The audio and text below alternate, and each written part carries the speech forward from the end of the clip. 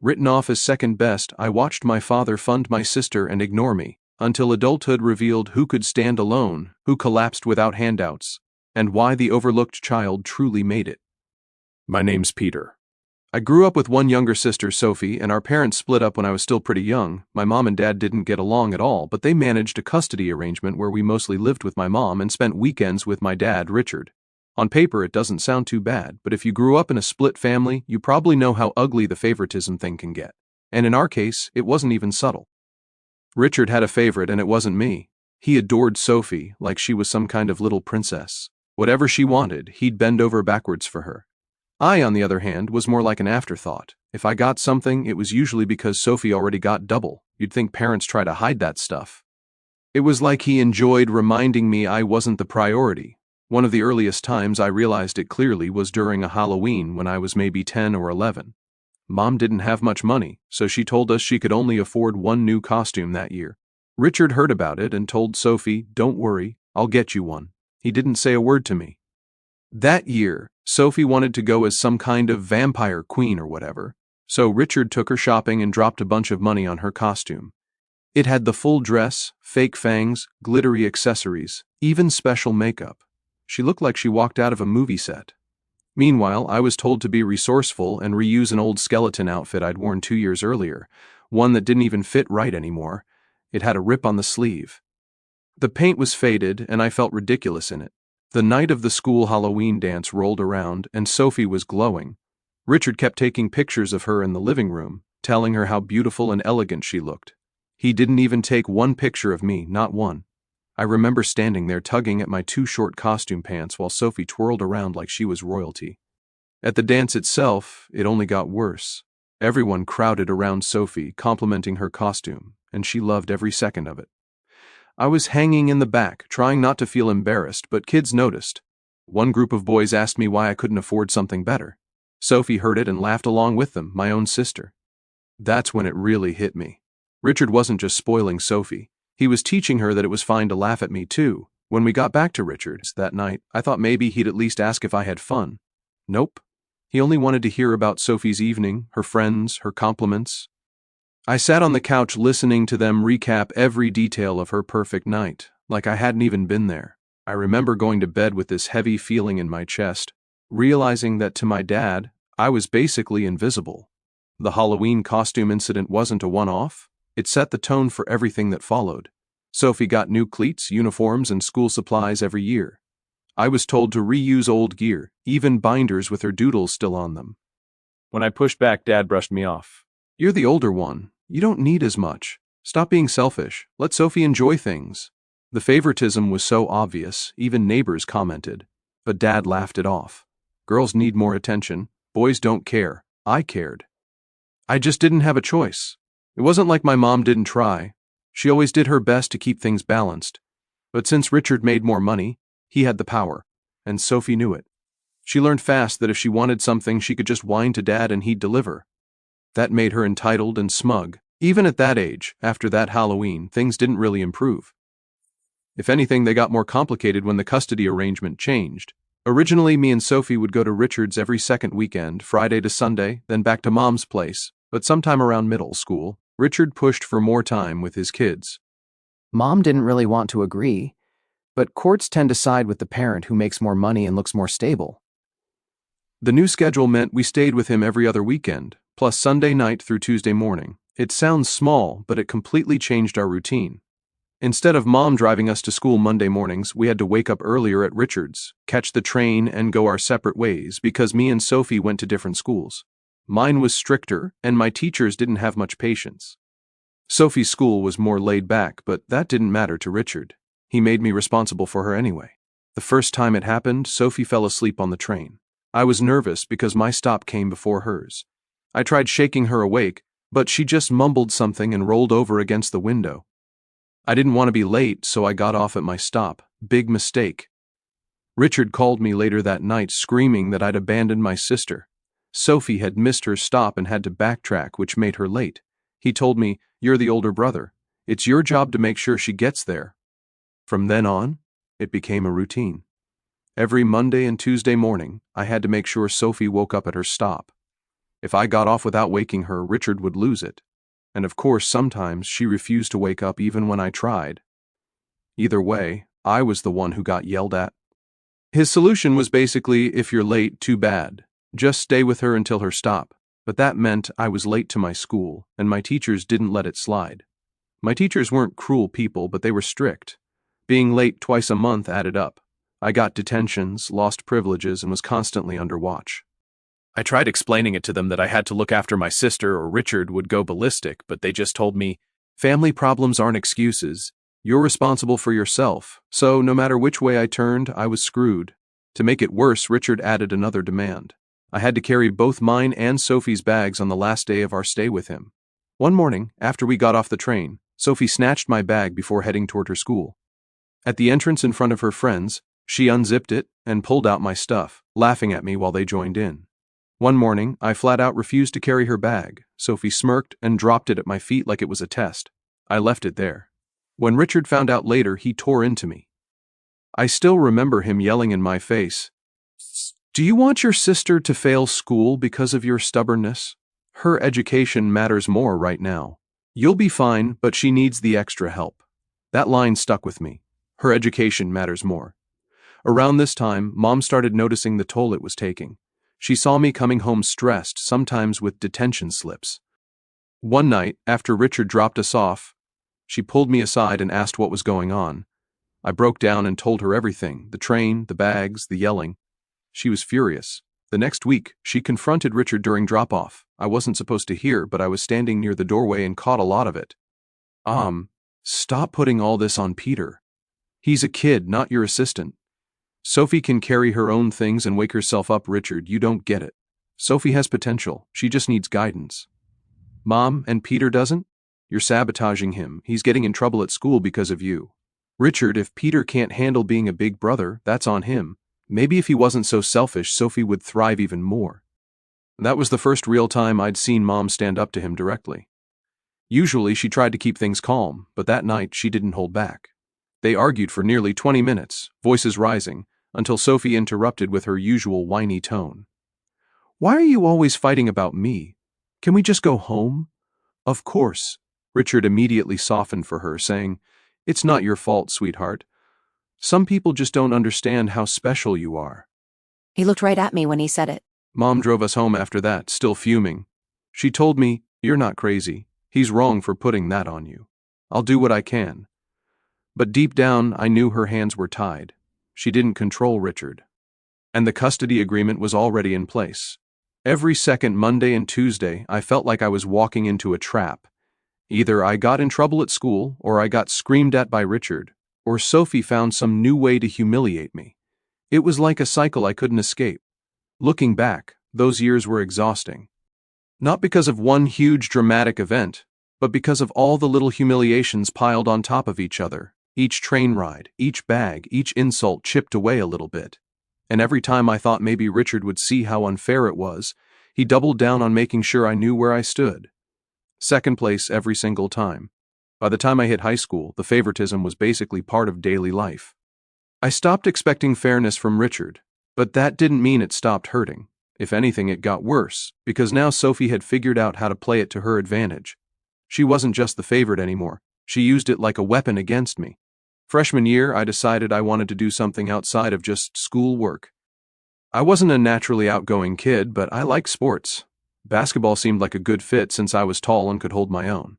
I told Richard about tryouts, and he barely reacted. Just a shrug and a "don't get your hopes up, you're not exactly athletic." That was it. Meanwhile, Sophie told him she wanted to join cheerleading. He went nuts with excitement. He drove her to practices, bought her the uniform and extra gear, even showed up to take pictures of her first game on the sidelines. When my basketball tryouts came around, he didn't even ask how they went. For the record, I actually made the team. But he never came to a single game, not one. That first season, I played my heart out. I wasn't the star, but I contributed, and it meant a lot to me. I'd look up in the stands scanning for Richard, but his seat was always empty. Afterward, when I told him we won a big game, he literally said, "That's nice." But Sophie's squad performed at halftime, and she was incredible. I wanted to scream. Sophie, of course, ate it up. She'd rub it in my face whenever she got something. If she got new sneakers for cheer, she'd walk around me deliberately saying, "Wow, Dad really believes in me." If Richard missed my game, she'd laugh and say, "Maybe he just knows you're not worth watching." She said it with this smug tone that made me want to disappear. At home, Mom tried to support me, but she didn't have the money or the influence. She came to a couple of my games when she could, cheering the loudest from the stands. But Richard's absence was always obvious. The other kids' parents would show up as a family, while mine were split, with only one side bothering to care. By sophomore year, I had picked up a part-time job at a small grocery store near home. I stocked shelves and helped customers. It wasn't glamorous, but it gave me some money and independence. Richard didn't like it. He said you shouldn't waste time working, focus on school. But when Sophie got a job babysitting for a family friend, he praised her nonstop about being responsible and good with kids. Same situation, two different reactions. One Saturday, we had a big basketball game against our rival school. I'd been working hard, staying late at practices, and I was starting to actually play starter minutes. I asked Richard if he could come just this once. He promised he would. I held on to that hope all week. Game day came. I played my best game ever, scored, defended, hustled like crazy. When the buzzer went off, we won by a single basket. I looked up into the stands, searching. No Richard. Later, when I asked him about it, he said Sophie had a cheer showcase today. That's more important. You'll have other games. I can't explain how crushing that was. It wasn't even the first time he'd let me down, but it hit differently because I'd begged him, and he just brushed it off like it was nothing. Meanwhile, Sophie bragged about how Richard had brought flowers to her showcase. Flowers. He never even congratulated me with a handshake after my games. She waved them in my face when we got back, saying, "Guess who Dad really cares about?" High school was basically me learning how to keep my head down and push through. Between school, basketball, debate, and my part-time job, I stayed busy. But no matter what I did, Richard never cared. He didn't even pretend. Sophie got everything, attention, money, praise, while I got ignored or mocked. The only silver lining was that my coaches and a few teachers noticed my effort. My basketball coach told me I had real grit. My debate coach said I was one of the sharpest thinkers on the team. Those comments mattered more than Richard's opinion because they were earned. But still, when you're 16 and your dad acts like you don't exist, it's a pain that sits in your chest every day. Sophie, on the other hand, thrived on being his golden child. She strutted around school like she was better than me, and honestly, people believed it because she had Richard backing her up. I was the quiet one, the worker, the one no one paid attention to, and she never let me forget it. Looking back, high school was when I started building the mindset that carried me later. If I wanted to succeed, I couldn't expect anyone to hand it to me, especially not Richard, especially not Sophie. If I was going to get anywhere, it was going to be through sheer effort. But man, it was hard not to hate them for making me feel like I wasn't worth anything in those years. Senior year was supposed to feel exciting. Everyone was talking about where they were applying, what they wanted to study, and what their future would look like. For me, it was stressful from the start. I was balancing basketball, debate, schoolwork, and my part-time job at the grocery store. On top of that, I was filling out college applications at night, half asleep but determined. Sophie, of course, had it easier. Richard hired her an SAT tutor, covered all her application fees, and even drove her to look at campuses. When I asked him once if he could help me with my fees, he waved me off with, "Your mom can handle that. I've already put a lot into Sophie." So I worked extra shifts to pay my way. I didn't complain to him about it, but it stung. Then came the day of the letters. I still remember rushing home, heart pounding, ripping open the envelope from the school I dreamed of since freshman year. I got in. I wanted to scream with relief. For a second, I thought, maybe this will finally make him proud. Maybe this is the moment where he looks at me differently. A couple days later, Sophie got her letter. Same school. She squealed and ran straight to Richard. His reaction was like she'd just been crowned queen. He bragged to anyone who would listen, calling family members, saying his brilliant daughter was about to take over the world. I sat there with my acceptance letter, waiting for him to say something similar to me. Instead, when I told him I got in too, his response was flat. "That's good, but Sophie's the one we need to focus on." I blinked, thinking I misheard him. "What do you mean?" Richard put his hand on Sophie's shoulder and smiled at her. "I'm going to pay for Sophie's tuition, housing, everything she needs. She deserves the best shot." I froze. "What about me?" He didn't even hesitate. "You'll figure it out. You're resourceful. Sophie has real potential. She just needs support to get there." That was it. No discussion, no thought, just a flat-out dismissal. For once, I didn't swallow it. I felt my chest tighten and words came out before I could stop them. So, you're just not going to help me at all? I worked my ass off to get in and you act like it doesn't matter. Richard leaned back in his chair, his face cold. Watch your tone. You're lucky you even got accepted. Don't throw a tantrum because your sister earned my support. Earned? I snapped. You paid for her tutors, her fees, her visits, everything. I did this by myself with no help. And now you're telling me it means nothing? That she deserves everything handed to her and I should just what? Take out loans until I drown? Sophie smirked from across the room, clearly enjoying it. Maybe Dad just knows who's going to succeed, she said. Don't be jealous, Peter. It's not a good look. That set me off. Jealous? You've had everything spoon-fed to you since we were kids. You don't even know what hard work is. You walk around acting like you're better, but if Dad stopped paying for everything, you'd fall apart in a week. Richard slammed his hand on the table. That's enough. Don't you dare talk to your sister that way. She's destined for bigger things than you'll ever understand. You should be supporting her instead of tearing her down. I stood up, my hands shaking. You don't see me at all, do you? No matter what I do, I'll never be good enough because you decided years ago that Sophie's the star and I'm nothing. But I'll tell you this, I'm going to make it without your money. And when I do, you won't get to take credit. Richard's face twisted with anger. Don't be dramatic. You'll thank me someday for pushing you. I laughed bitterly. No, I won't. You didn't push me. You abandoned me. The room went silent for a moment. Sophie rolled her eyes, muttering something about me being overly sensitive. But I didn't care. For the first time, I said exactly what I'd wanted to for years. That night, I sat down at my desk and mapped out a plan. Loans, scholarships, jobs, whatever it took. I wasn't going to rely on him. Mom tried to comfort me, saying she was proud, that she'd help where she could, but we both knew it wouldn't be much. Still, her support mattered more than Richard's money ever could. Over the summer, the contrast between me and Sophie was glaring. She spent her days shopping for dorm decorations and bragging about how exciting it was going to be. Richard drove her around, making sure she had everything perfect. I spent mine working late shifts, saving what little I could, and filling out financial aid paperwork. It wasn't fair, but it was real. And deep down, I knew this. Sophie might have Richard's money, but she didn't have resilience. She didn't know what it felt like to build something yourself. I did, and that was the one thing she couldn't take from me. When I turned 18, I made the decision to live full-time with my mom. By then, I'd had enough of Richard's house and his constant favoritism. Legally, I was old enough to choose, and I didn't hesitate. Mom didn't have much space or money, but she had something better. She treated me like I mattered, even if she couldn't fix everything. Being in a place where I wasn't the punching bag was a huge relief. College was the next step, and it wasn't easy. Since Richard refused to help me, I had to piece everything together. Because I lived with Mom more than half the year, financial aid was based on her income, not his, which meant I qualified for loans and a little need-based help. Still, it barely covered tuition.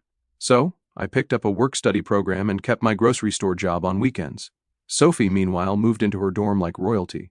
Richard paid for everything, tuition, housing, books, even gave her an allowance.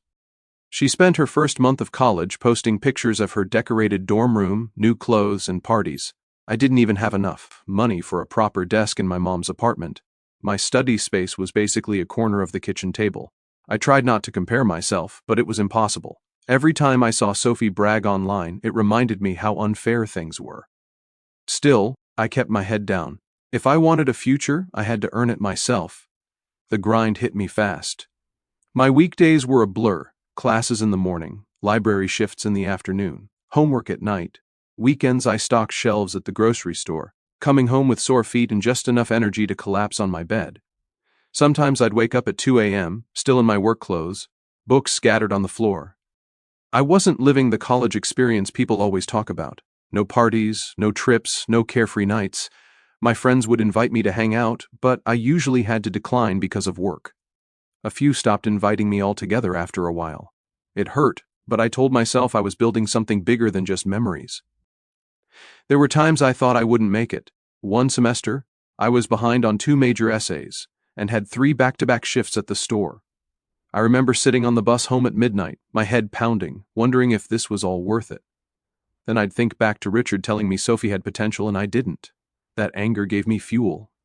I refused to give him the satisfaction of being right. Funny enough, even though Richard wasn't paying for me, he still managed to throw in insults.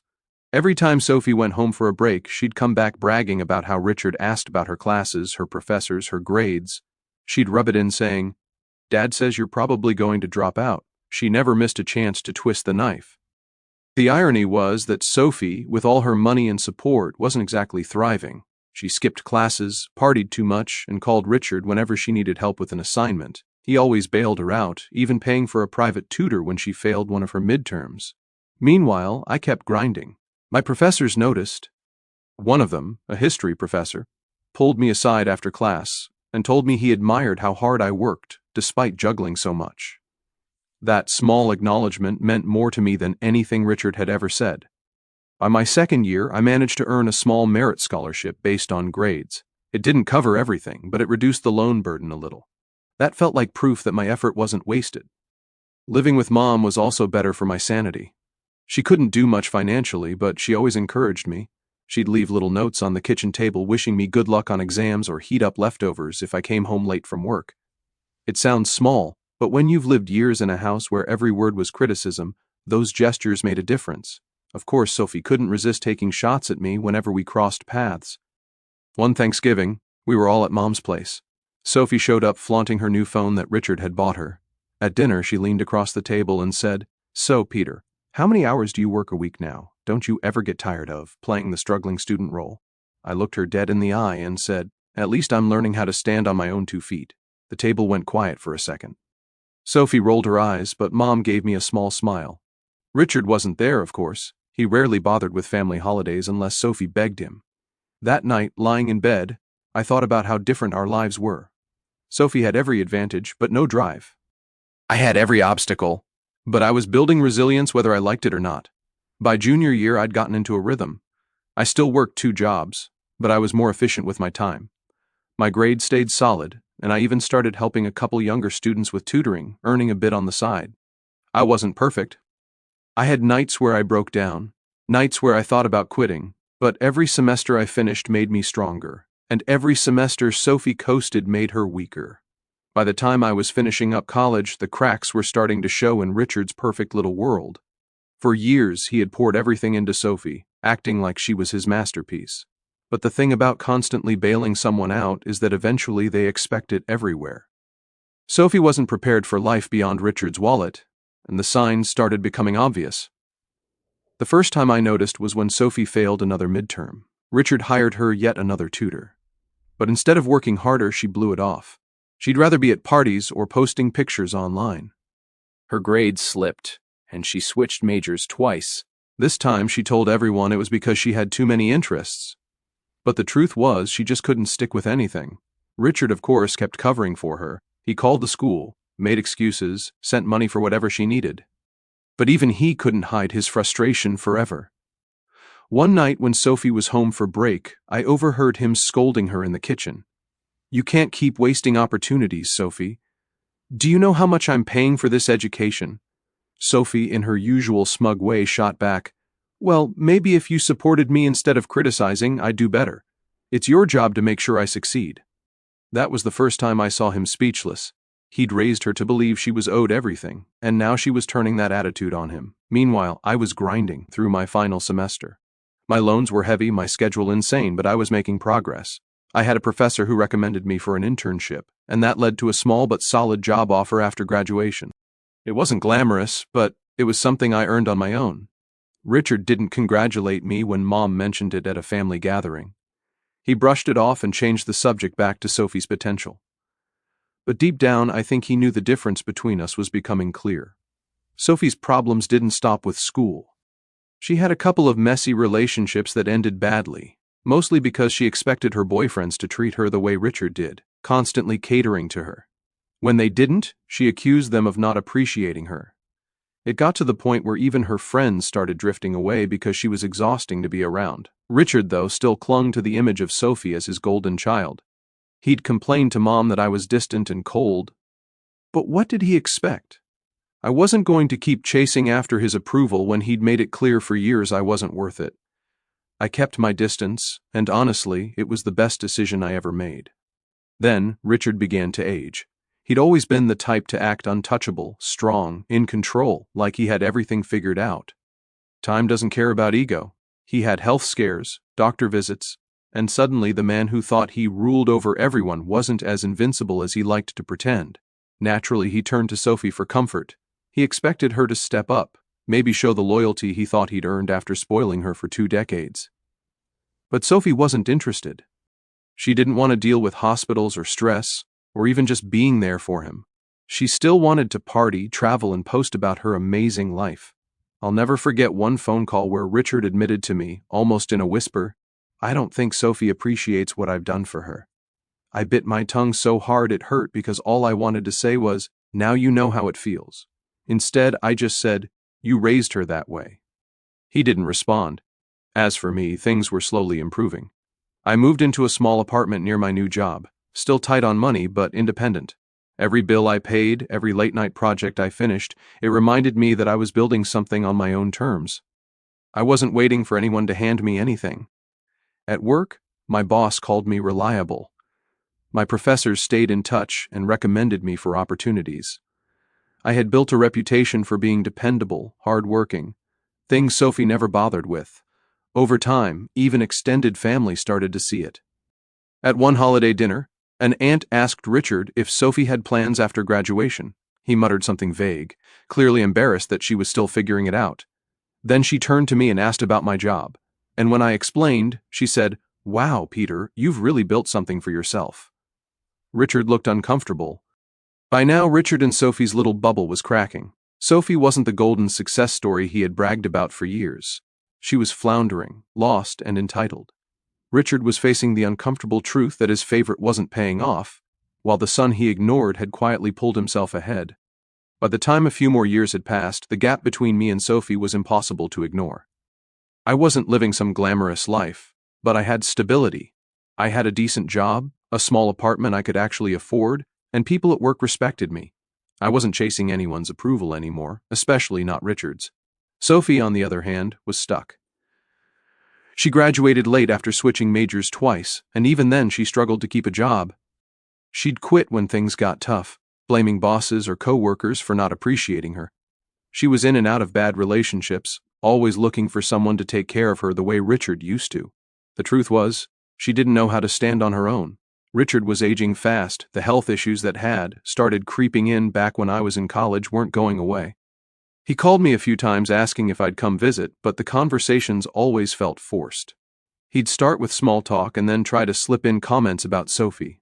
"She just needs time to figure things out," he'd say, like he was trying to convince himself. I kept my distance. I wasn't cruel about it. But I wasn't going to pretend either. Years of being told I didn't matter don't just disappear because someone suddenly wants your attention. The moment I really felt the full circle was at a networking event my company held. It happened to fall near Halloween, which felt weirdly symbolic given everything. It wasn't a costume party or anything, just a formal mixer where different people from the industry gathered. I had a chance to shake hands, meet managers, and talk about projects I'd worked on. For the first time, I felt like I was exactly where I was supposed to be. And then I saw her. Sophie walked in with a group from a partner company. Someone she knew had brought her along. She wasn't there as a professional, more like a guest trying to network. She looked different than in her college days, not glowing with confidence, but strained like she was trying too hard. Her smile didn't reach her eyes. I overheard her telling someone she was between jobs, but she dressed it up like it was by choice. We made eye contact and she came over. "Peter, I didn't know you'd be here." I just nodded. "Yeah, work brought me." She looked me up and down like she was trying to measure how well I'd done. "So, what are you doing these days?" I explained my position, how I'd moved up a bit at the company, and how I was working on some big projects. It wasn't bragging, it was just the truth. I could see her face tighten when she realized I wasn't struggling anymore. "That's good for you," she said, though it sounded forced. Then she added, "Dad always said you were persistent." I smiled, but it wasn't friendly. "Persistent?" "Yeah. He also said I'd never really do well. Funny how that turned out." She didn't reply. She just excused herself to rejoin her group. But the look on her face told me everything. She wasn't the golden child anymore. She wasn't even close. Later that night, I got a call from Mom. She said Richard had been asking about me again, saying he wanted to reconnect. I didn't feel anger the way I used to, just a kind of emptiness. He had made his choices. He chose to put all his energy into Sophie, and now when it didn't pay off, he was left with regret. I didn't rush to call him back. Maybe one day I will, maybe not. But I know this much, I don't owe him anything. The most satisfying part wasn't revenge or proving him wrong to his face. It was knowing that I built my life on my own. No shortcuts, no handouts, no favoritism, just me pushing forward when no one believed in me. And the irony is, the very things Richard used to mock me for, working too much, being too serious, focusing on responsibilities, those were the exact things that carried me ahead. While Sophie struggled with bills and failed jobs, I was moving forward step by step. Looking back, it's almost funny how clear it all seems. The Halloween where I wore a ripped costume and Sophie was treated like royalty. The train rides where I had to carry her bags while Richard yelled at me. The basketball games he never came to. The college acceptance he dismissed. Every one of those moments felt crushing at the time, but together they built something stronger in me. If there's one thing I've learned, it's that being underestimated can be fuel. People like Richard and Sophie thought they were keeping me in my place, but really they were teaching me how to fight for myself. Now when I think about Richard, he bet everything on Sophie, and in the end, he was left with nothing. No partner, no dependable daughter, and failing health that he had to face largely on his own. All the attention and money he'd poured into her hadn't bought him loyalty. Me? I'm not perfect, but I'm standing on my own 2 feet, and that's enough. That kid in the ripped skeleton costume is gone. The man who replaced him is someone Richard never thought I'd be. Independent, capable, and finally free of their control.